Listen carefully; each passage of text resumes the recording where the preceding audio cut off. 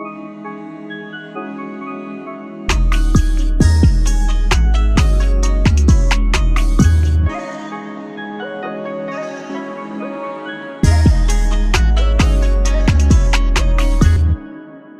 the face of overwhelming danger, Luffy has never been the one to back down. Luffy's the captain that's going to fight forward to take down whoever is in front of him to achieve his goals. That's why Sabaody was so different for us. They faced overwhelming danger. Luffy knew that they could not win. He didn't try to overcome it with will. He knew it wasn't possible. That's why I think this is one of Luffy's best moments as a captain. It's kind of overshadowed by how great this arc was with all the other things that went on, but Luffy telling everyone to run away was the best decision at the time. They were facing the Marine's greatest power, the Navy Admiral, and the captain didn't even have a grasp of Haki. They stood no chance. I think for Luffy, he should continuously thank Rayleigh because he saved the Straw Hats in more ways than one. Obviously, he stopped Kizaru from killing Zoro. However, he saved the Straw Hats immensely by not only recommending for them to go train, by being the one to train Luffy. Luffy's incredible growth is not something new. He's always risen to the occasion no matter what has been put before him, no matter the opponent. Crocodile overcame Luffy twice, but then he came back with a strategy and he managed to beat Crocodile. Rob Lucci made short work of Luffy and Zoro, however Luffy came back with Gear 2nd and Gear 3rd and was able to overcome Rob Lucci. Luffy's learning of Gear 2nd has always been a thing, and people always say that's an ass pull because Luffy just saw CP9 and that gave him the idea on how to use his Devil Fruit power. I don't view it so much as bullshit, especially when we saw it in a movie. Of course that's not canon, but it makes sense how Luffy kind of stumbled into Gear 2nd. And again, having that power for so long, I'm sure sometimes you stumble into things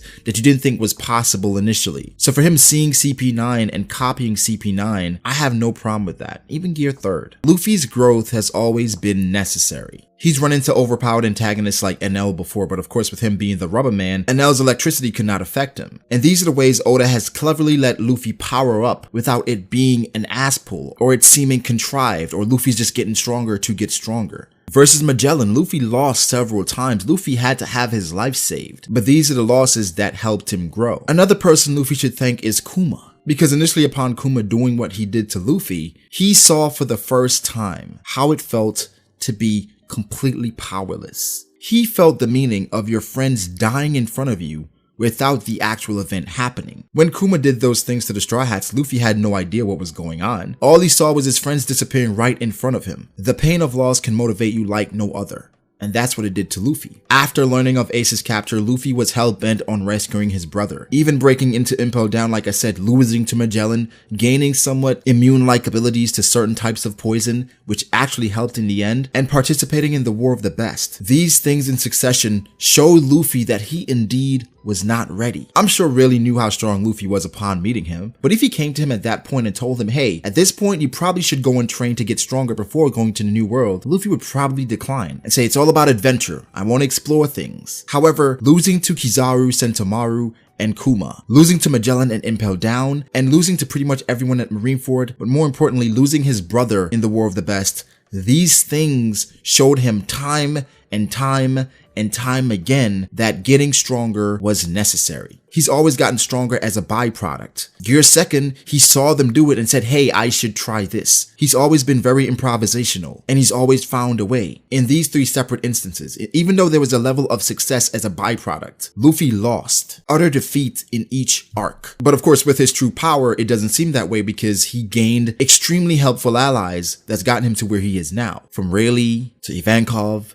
to Jinbei, Luffy's growth is important to the One Piece story. That's obvious. And Dressrosa, with the reveal of Gear 4th, gave us that overwhelming power that we always wanted to see from Luffy. But there was a clever drawback. Luffy could only do this for but so long, then after he had a period in which he couldn't use Haki at all. It was a perfect power-up for Luffy in which he was trying to achieve things somewhat quickly because it's a shonen, and the drawback was significant. It had to be. Gear 4th is an overwhelming form. It literally takes Luffy from probably not even commander level to right-hand status. But with this huge jump in power, a huge drawback is necessary. There is, however, a huge issue with Luffy's growth and some of the things that's happened throughout the story. Upon introduction to mantra at Sky Island, Luffy saw how Enel was proficient in using this technique. It would have been great if Luffy had inquired or learned mantra, some semblance of mantra, at some point after Sky Island. But Oda and how he writes his story, the characters are true to their characterization. They very rarely veer away from what we know them to do. That's why for a lot of people, they feel like the characters in One Piece have no character development, moment, but that is intentional. The story is character driven. Characterization is what brings you in. That's why most people have several different favorite characters, but they do specific things. They accomplish specific goals. It may seem like Luffy is growing at an alarming rate. He's been sailing, not including the time skip, for less than a year, and he's gone from relative unknown pirate in East Blue to a Yonko. However, this is not due to Luffy just being overly powerful. This is due to his special power, which is drawing people close to him. Luffy has benefited immensely from the people around him. That's not a fault of the character that people around him want to help him. How do you view Nami's help versus Cracker? Do you feel like Luffy has to overcome something like this on his own? What about versus Doflamingo? Do you feel like Law's involvement took away from Luffy's victory? I'm sure it did, but the point was to show that Luffy, no matter the situation, is going to find a way to overcome it, even if he's weaker. Now let's jump to Wano and Luffy's progression in this arc. Upon coming into this arc after his duel with Katakuri, a lot of people felt like Luffy was somewhat overpowered, especially if he learned Future Sight. In Udon, he's indeed shown some semblance of mastering this power, and with his overwhelming strength in Gear 4th and the speed of Snake Man, Luffy's insane endurance, Luffy is unbeatable. He probably still can't beat Admirals and Yonko, but he is amazing. Again, this is upon entering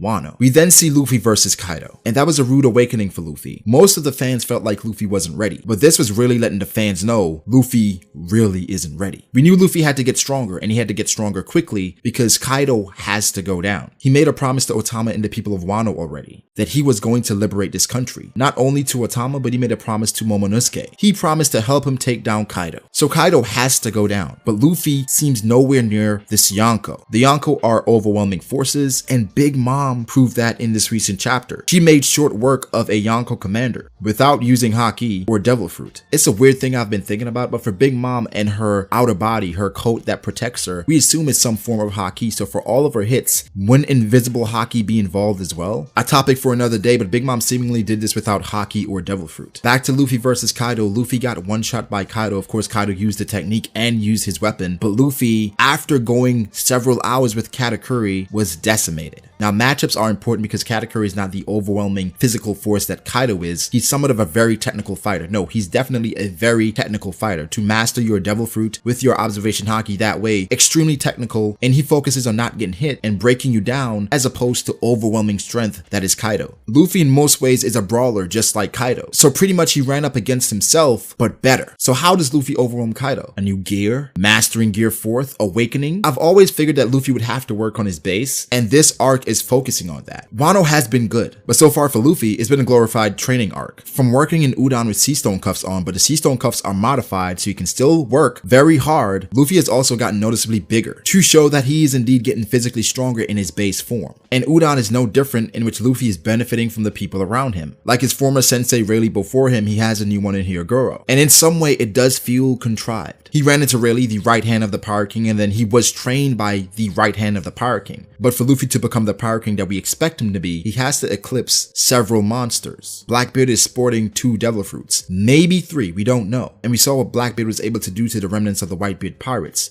pretty easily. Luffy has to eclipse that, or at least match that. With his somewhat regular Devil Fruit and Haki. To overcome Kaido, Luffy's not only going to need to get stronger, but also he's going to need help. But mainly let's focus on how Luffy can get stronger and how it's important. Luffy was not able to do anything to Kaido. He landed several blows and they did no noticeable damage. In the Haki we saw from Rayleigh and Sentomaru and even the Admirals and the Boa Sisters, it seems like that's the way Luffy is going to penetrate Kaido's tough scales. Luffy finds Hyogoro, and of course Luffy being who he is, gains a friend that wants to help him. Hyogoro is a relic of the past, but a very strong person in the past, but he still has knowledge of techniques, and so he's training Luffy on how to use this new form of advanced Haki. Now this advanced Haki is weird, and I've been meaning to talk about this, but it has so many different layers and parts to it, you're not really sure exactly how it's gonna work. On one end, Hyogoro mentions what Zoro's sensei taught him, as far as the breadth of all things, being able to cut what you want to cut. He then mentions being able to transmit Haki to something else. We saw what Rayleigh was able to do against the animals on Ruskaina, and we got an idea of what the technique is. However, how does the breadth of all things tie in? And again, how Luffy took off the collar, how is that advanced Haki? Seems like he just used Haki and ripped it off. What's so advanced about that? We still need a lot of explanation on how it's going to work and how he's going to overcome Kaido with this. And I had mentioned with advanced Haki before something like Rokogen. And of course, Rokogen is the 7th Rokushiki technique after learning the first 6, and it's a shockwave wave through your chest. It seems like that's something Luffy should use or should be able to use, but a haki form of that. The connection between Rokushiki and haki, that's again another video, but there's something there. I believe it's a consensus that Rayleigh is probably the best haki user we've seen so far actually in combat, and Rayleigh was able to rip Kami's collar off like it was nothing. When you think about it, it goes back to the breadth of all things, being able to cut what you want to cut, being able to rip off whatever you want to rip off. But when Luffy did it, Hyogoro noticed it, and he found a way in which Luffy can improve upon that by putting him in another situation in which he has to use it, versus Big Mom. This has given us an indication that for Luffy to overcome a Yonko, you have to have that level of advanced haki. I have some issues with this, not because of Luffy, but basically why is it taking so long for us to see this form of advanced haki? And why is it only certain characters? We've seen a handful of characters use this certain form, but if it's this important, why haven't we seen this from more top tiers? Regardless, Luffy at this point is in front of an enraged Big Mom and is going to try to use this level of haki again. Things are falling into place for Luffy to get stronger, and yes, it may seem a bit contrived in which Luffy happened upon Hyogoro, who was one of the only people who could teach Luffy this technique, but this has to happen. It's better for Luffy to test it out now versus a Yonko and Big Mom than for it to be versus Kaido. Of course, he's not going to master it now versus Big Mom, but Luffy taking down Kaido, for it to make sense or for it to be somewhat believable, he has to have somewhat a grasp of this advanced haki. Luffy not only has to fight another strong opponent and win before fighting Kaido, Luffy has to show more mastery of Future Sight than we saw in Wano, and then some more mastery of this advanced haki. The other thing that we also have to keep in mind, by mastering being able to cut or hit or break whatever you want to break, Luffy would also apply this to his Devil Fruit techniques, mainly his control of Gear 4th and the amount of haki he uses.